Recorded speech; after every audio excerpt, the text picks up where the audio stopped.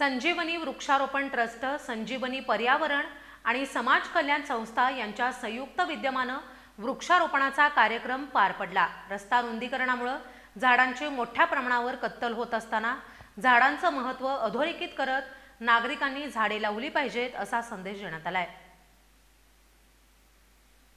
संजीवनी वृक्षारोपण ट्रस्ट, संजीवनी पर्यावरण आणि समाज कल्याण संस्था यांच्या संयुक्त विद्यमाने वृक्षारोपण कार्यक्रम पार पडला।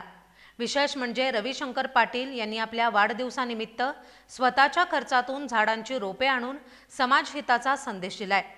या कार्यक्रमात महाराष्ट्र राज्य शालेय पोषण आहार संघटनेचे राज्य कार्याध्यक्ष तथा कोल्हापूर जिल्हाध्यक्ष कॉम्रेड भगवान पाटील यांच्या हस्ते वृक्षारोपण करण्यात आलं। यावेळी निखिल पाटील यांचीही उपस्थिती लाभली।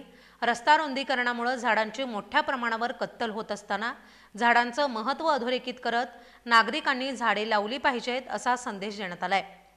कोरोना काळात ऑक्सिजनचं महत्त्व सर्वांनी अनुभवलंय।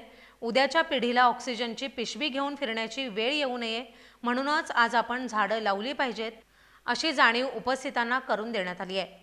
या उपक्रमात गावातील अनेक ग्रामस्थांनी कुदळ फावडे हाती घेत स्वतः हातांनी झाडं लावली। रविशंकर पाटील यांनी लावलेल्या झाडांची जबाबदारी वैयक्तिक पातळीवर घेतल्याचं आवर्जून सांगण्यात आलं। कार्यक्रमात सुरेश पाटील, शंकर पाटील, सचिन पाटील, सुभाष पाटील, विलास पाटील, दिलीप पाटील, तानाजी पाटील, कृष्णात पाटील यांचा सक्रिय सहभाग होता। गाव स्वच्छतेपासून ते पर्यावरण संवर्धनापर्यंत आमशी गाव अग्रेसर आहे। हा उपक्रम राज्यभर प्रेरणा देणारा ठरेल असं मत कार्यक्रमात व्यक्त करण्यात आलंय।